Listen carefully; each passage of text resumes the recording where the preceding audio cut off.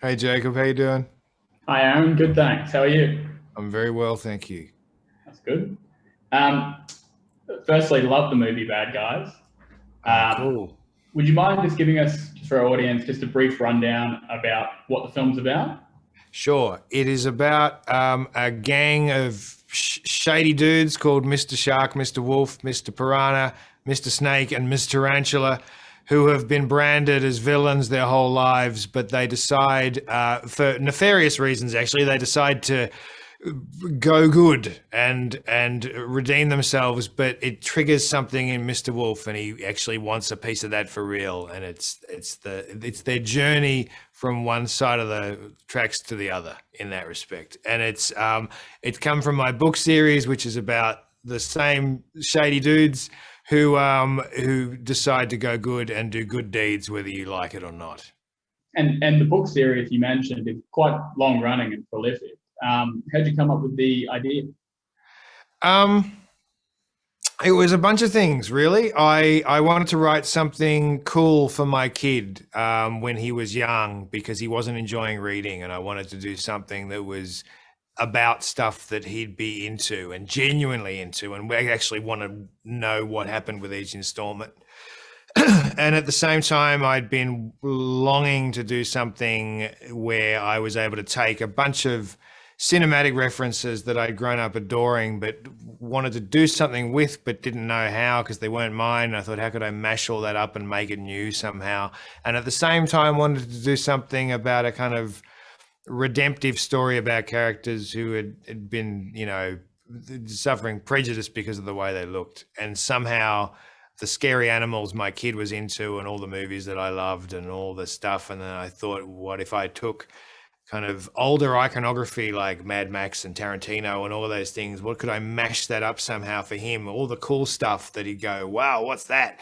But still make it for him somehow and then filter it through that idea of redemption. And, that's where they came from. So it's kind of a little messy cauldron of things that resulted in them. And then they just popped out, fully formed one day. They were just there, all of them. Yeah. And it's been pretty successful. So there's been quite a number of books in the series, I understand. Yeah, I've just finished episode 16 and we've just passed, I think there's 16 million copies in print. That's incredible. Yeah, it's Um, pretty cool. when it came from transitioning from the book to a film, how did that come about? What did the journey look like for you? Because the books took off in America in the school system, they were suddenly like really popular overnight, and Hollywood kind of got wind of that, and I went and met with all the studios, and there were a number of them interested, but it ultimately DreamWorks just kept rising to the top in that sort of race secure the book because they just had the best feel for it. They had the best and the most, I felt, the most respect for the source material too. They really loved the books and wanted to do an adaptation that got that, whatever it was that kids were loving about the books, they wanted to nail that in the movie.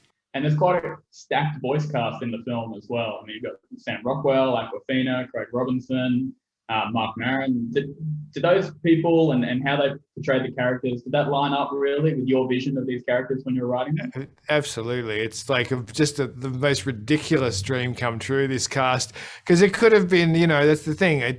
What's great is that each of these actors is someone who brings with them an entire cult following of people who are just obsessed with them as performers. All of them. Richard Ayoade as well, like as Marmalade. Like if people who are IT crowd fans just can't believe he's in this movie. It's just, they're all so wonderful, and they're just so, it's the perfect cast because they're all so cool. It's the coolest bunch of actors who you've, in so many things, you've seen them and gone, God, I love them so much.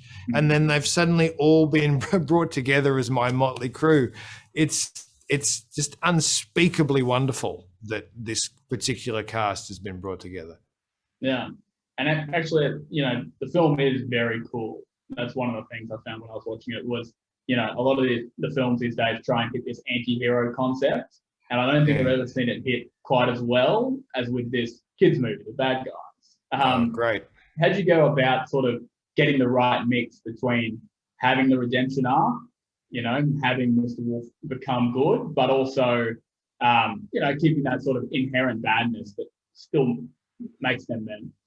It's a very, very delicate balance that is, I do it with the books, and it's the focus of my life really with the books, is trying to hit that perfect spot where it's not too young and it doesn't play down to kids. It sort of demands of kids that they kind of keep up in some ways, and because the kids are always up for the challenge, as long as you make it fun, they'll go there with you. And the other thing is you don't want it to go too old as well, because then it becomes boring. So it's that finding that spot, and then trusting. The difficult part is trusting that an entire team of people within a studio system are going to be able to preserve that. And what's been extraordinary in this situation is right from the first screenplays by Eitan Cohen, who just from the get-go just absolutely understood it. And it was also helpful, I think Eitan's kids were fans of the books, so it meant a lot to him that he got that right, and he totally did, just effortlessly got it. But then the fact that our producer Damon and our director Pierre and Rebecca as well, our other producer, this team have just had a real, you know, they have a real love for what this series is, and have just helped shepherd it through. And then there was a regime change at DreamWorks, and Margie Cohen and Kristen Lowe, who run the place now. Margie was the person who greenlit the Bad Little Guys finally, and they just adore it. They love it, and they just want to make sure that it is what it is, you know, which is obviously a ridiculous situation for an author to be in, because it can so easily be not that. A studio can so easily take your book, go, okay, author, clear off, and then they just do something horrible with it. It happens all the time. So it's pretty cool that I've had the opposite experience on this. And just the last question, you know, why do you think people should go and see the film? Why do you think, you know, parents, you know, wanting to take their kids there, or even kids just wanting to go see it, picking from a number of different films? What makes The Bad Guys so special? Look, it's as simple as this, and I really do mean this. My kids are older now, but when they were younger, that sort of, you know, 6 through 12 age group thing, that wonderful time in childhood, I can genuinely say from the bottom of my heart, this is the movie that I wish had been around when my kids were that age. It's because I know I would have had a great time, but they would have had an even better time. It's one of those movies that I think is just lands in that spot where you find yourself. For us, it was another DreamWorks movie. My eldest and we loved the Kung Fu Panda series when that first came out, and I genuinely feel like they've landed this movie in a similarly wonderful space. So that's why it's just a really cool movie. Amazing. Well, thanks so much for your time, Aaron. Thanks, man. And yeah, we love the movie, and hopefully can't wait to see the next one. Thank you. See you later.